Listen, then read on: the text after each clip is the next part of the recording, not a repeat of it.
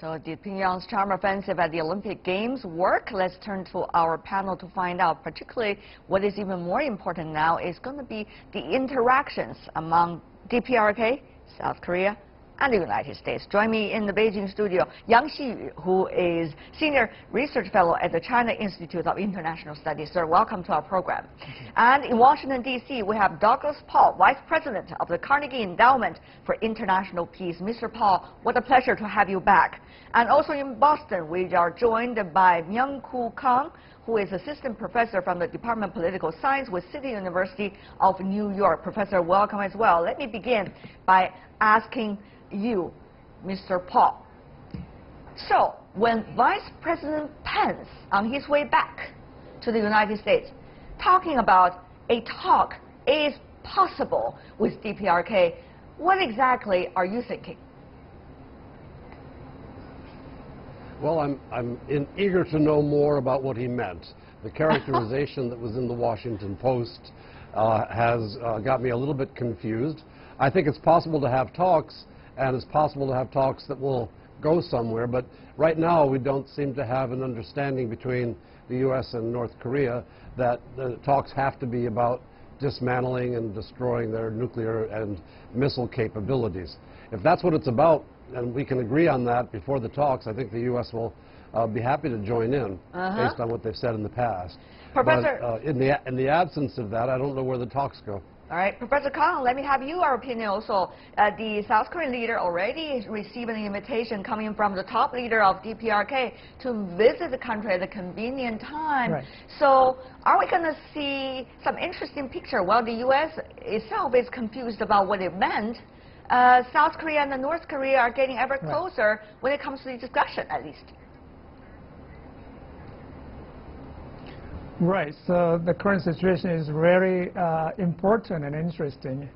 I think that basically the South Korean government position is to maintaining, bilateral and multilateral relations. So in terms of maintaining strong alliance relations with the United States, engaging with maximum pressure and engagement policy, especially respecting this maximum pressure effort. But at the same time, it seems to be quite clear the Korean government tried to improve inter-Korean relations and using this dialogues and then more high-ranking exchange between the two governments as a kind of leverage in terms of solving the crisis situation in a peaceful way.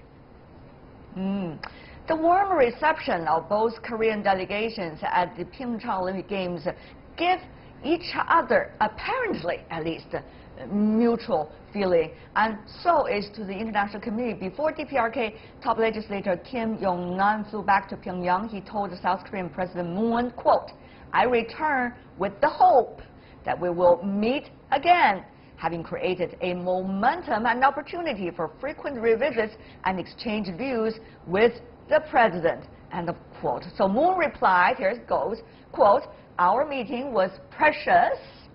Let's two Koreans cooperate to make this meeting embers become a torch," end of quote. Wow, a lot of big words over there, very warm.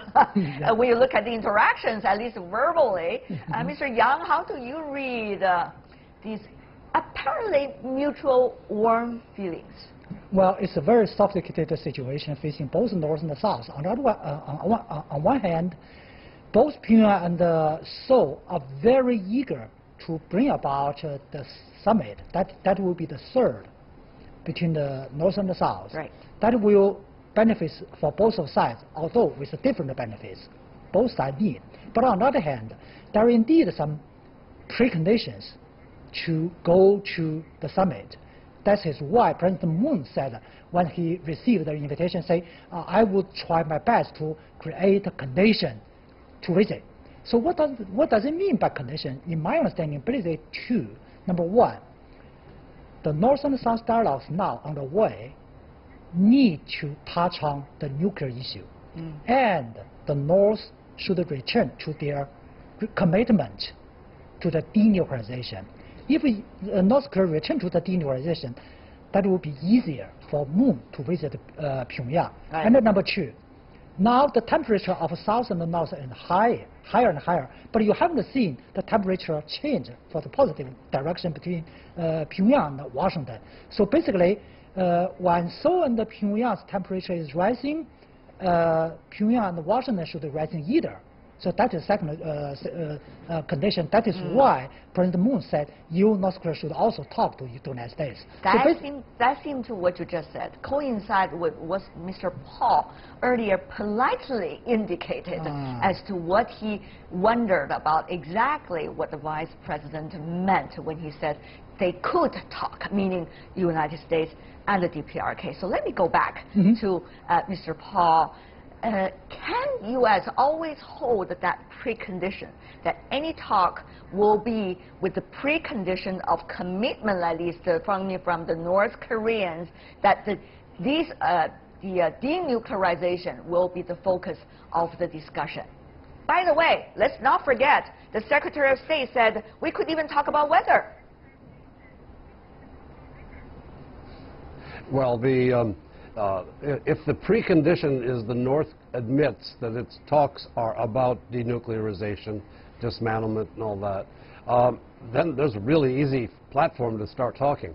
If it's only a commitment to listen to the American or South Korean or Japanese side on this subject, then the U.S. has to make a decision whether or not it's worth sitting down to talk, because you're really just going to talk around each other and not get to some subsequent point. I've long believed that the North is not ready to talk seriously because the sanctions that have been passed, which are quite significant in the past year, are not yet taking a bite out of the system in North Korea. And the North has not yet finished its testing of its advanced weapons systems to create a kind of credible enough threat to bring the U.S. to the table and maybe get the U.S. to change its position from immediate commitment to dismantlement to eventual commitment to dismantlement, but short-term management of the expansion of their nuclear and missile capabilities. Okay. This is tough decisions to make, and let me just come in on the 2 points, Mr. Paal, you just mentioned. One is about the United States, what it meant. I think rather than asking what it meant, it's probably even better, Professor Kang, to analyze the differences and the division of opinions within the United States about whether to talk, on what conditions to talk about what with the DPRK, if there is a talk. So, Professor Kang, what do you think, the messages you are reading, does it show much division within the United States? After all, the Secretary of Defense today also talked and saying DPRK, when they're already having the Army Day, they have the parade, it's not a good sign. So we see quite different expressions coming from top leaders of this administration. Professor Kang. Right, that is so true. I mean, as you are fully aware of some kind of split or conflict going on here in the United States, different messages coming from even the White House and Donald Trump administration. So what is the real conditions and what kind of immediate goal of the Trump administration? For instance, whether Trump administration is quite seriously thinking about so-called nose bloody, attack or military option. But one thing is quite important thing is that, I mean, the Trump administration repeatedly highlighted that everything is on every option is on the table. It means that diplomacy or talk is also on the table. That's right. But to a certain degree, Vice President Pence's visit to South Korea this Olympic game and somewhat, some insensitive and sometimes, just avoiding the meeting or shaking hands with North Korean delegations and even, leaving the reception earlier, all these kind of things signal that the genuine intention of the Trump administration is using military option or regime change, although it may be really violent and then sacrifice many South Korean people's, lives. That is an interesting part, Professor Kang. If I could throw that point back to Mr. Paal. Mr. Paal, what is this? Is this a very clear division within the administration, or there's this lack of strategy and real understanding about really what to do, or this is like a Chinese Tai Chi trying to be having a blurred, strategy, apparently, so that the DPRK would getting confused and the others would do the same, so that the United States would get the biggest benefits out of the current situation. Mr. Paal, I have to rely on you to help us to understand. Well, I think there are obviously tactical differences among the top personalities in the Trump administration about whether to emphasize threat or emphasize talks. And the combination of the two, they seem to believe, is creating that Tai Chi effect that you talk about, where keeping the North guessing is going to get them to the bargaining table on advantageous terms to the U.S. I'm not sure that's right. I think that the articulation of American policy toward North Korea is incomplete. We've talked about this and that, pressure here, sanctions there, missile tests, etc. But we don't really have a comprehensive policy to deal with North Korea, should it be unable or unwilling to come to agreement about ending, halting, somehow limiting its capabilities of development in the North. So we, and then I think it's even more important to talk about divisions in South Korea, where the government has been elected with a mandate to try to seek talks with North Korea.